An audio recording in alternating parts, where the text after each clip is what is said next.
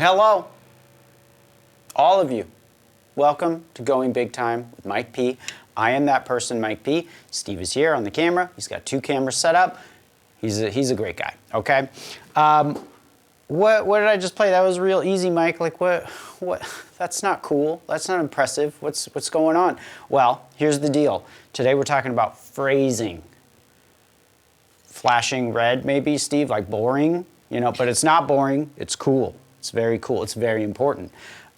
So last thing we want to do is play a big old obnoxious drum fill on the 3rd bar of a phrase or the 7th bar of a phrase when it's an 8-bar phrase. That's stupid. That's tasteless, okay? We want to be tasteful, okay? So what we're going to talk about today is not specific fills. We're talking big picture, okay? We're talking about how to think musically, right? How to serve a song. That's important, okay? It's not all about shred fest, shredding and chops and all that stuff. It's about sounding good, okay? Unless you're really good at stick tricks, then like go nuts, because man, those are cool. Those make a drummer, okay? I'm pretty envious, but yeah. So aside from if you're really good at stick tricks, this is really important, okay? So here's the deal. You want to think in 4 and 8-bar phrases, because generally, and of course there's exceptions to this, so no, I'm dumb, I'm gonna admit it in the comment. No, don't do that, okay? I mean, you can though, engagement's good. But anyway, we want to, of course, practice like very typical phrasing, the things that we're gonna run into day to day in gigs, all the gigs that we do, okay? And it just feels natural to do 4 and 8-bar phrases, so we wanna get good at feeling that, because counting is for dorks, okay? I mean, whatever, it's good I tell all my students to count, but until we get to the point of using the force to understand how many bars we played, you gotta count. But what we wanna try to do is when we practice anything really, we wanna practice in phrases. So if we're working on something, blah, blah, blah, you do that thing that you're working on the 4th bar, right? Even bars of 2, I guess, is okay, but whatever. Like this is for song structure. I'm talking about big picture again, right? So what you should do is think about, and this is another concept actually that was from my very first drum teacher, Ian, shout out again to you, because I found this very valuable. And what we're gonna practice doing, we'll do a 4-bar phrase like I did in the beginning, right? I think I played 12 bars. And I didn't think about it because it was like I felt 4 bars, did a fill, felt 4 bars, did a fill, felt 4 bars, did a fill. 4 times 3 is 12. We're smart drummers, okay? We know math really well, okay? Anyway, what the concept was is just thinking about 4-bar phrase, and then you can either have it be a 1-beat fill, 2-beat fill, could do 3-beat fill, or a whole bar of fill, right? But you want to not just jump into your fill, right? You want to practice it in a context of phrasing like this.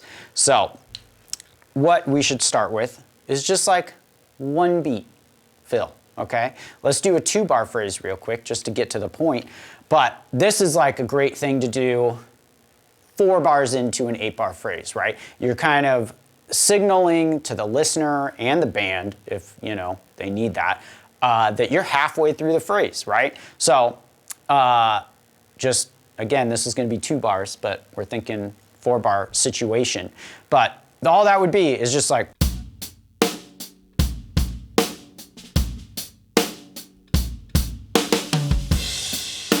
right, you probably heard that fill 1,000 times. That's like classic Motown fill. But it's sick. If it ain't broke, don't fix it. So that's like a 1-beat thing, right? I just did, it's just 4 E and, right? 2 on the snare, 1 on tom 1, the is gone, then you go to the crash, you're halfway through the phrase, right?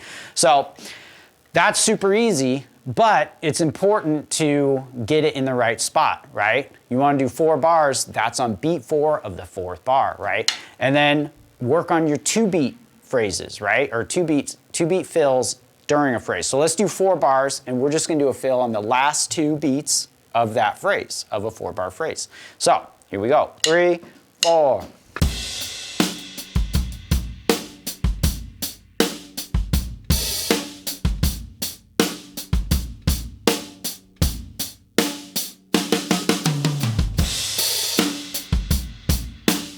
And that was it, right? And then I went into the fifth bar. So that's all it takes, right? Is just being really aware of where you're gonna play your fill, not just in the bar, but also in the phrase, right?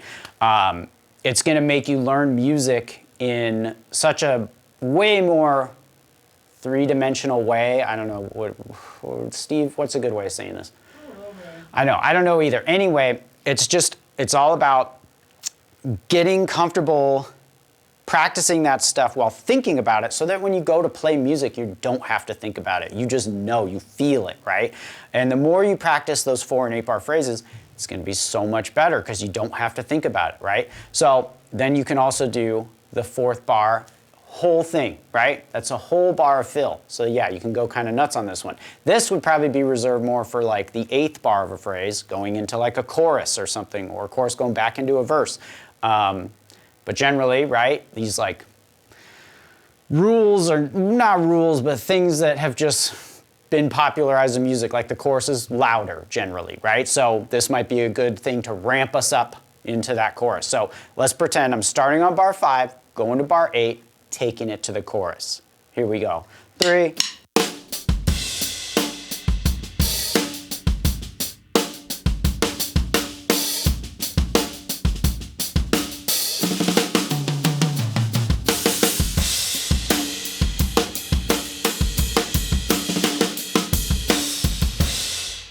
Blah, blah, blah, blah, blah, etc. So that's the idea, right? You want to practice in phrases like that. It's going to make you more musical. It's going to make the music sound better, okay? Just in general. So that's really cool. Little bonus though, okay? All these, 1 beat, 2 beat, 3 beat, 4 beat fills, whatever, that's cool. But you know what's even cooler? This may, bum out your bandmates. I don't know, depending on how experienced they are or what style of music you're playing. I don't know, whatever, however you want to think about it. Over the bar line. What is that? What does that mean? So if you don't have a lot of experience with this, maybe you've already done it. And then you're like, where's the 1 when you come back in? That's the thing, right? So we're playing a phrase that just spits so much. Adds the character. So what you want to do is you want to play a fill, but go over into the next bar, right? So you go from, say we're going beat 3, over bar 1, coming back in on 2. What the heck? So let's try that. I'm going to do a 2-bar phrase, hopefully, and then beat 3, I'll start my fill, hopefully, go over the bar, come back in on 1. 3, 4.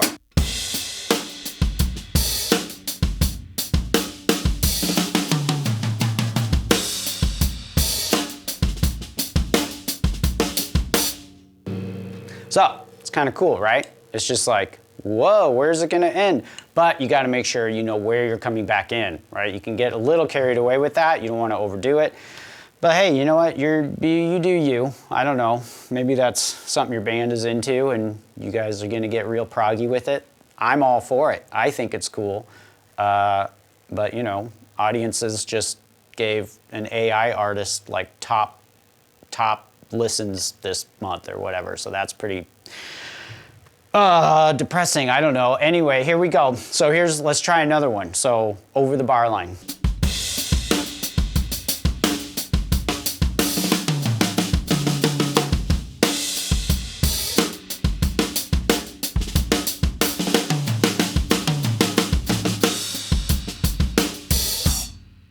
Anyway, going over the bar line, very sick, right? So try to practice in phrases like that. It's gonna be really helpful. Don't even worry about doing cool stuff yet.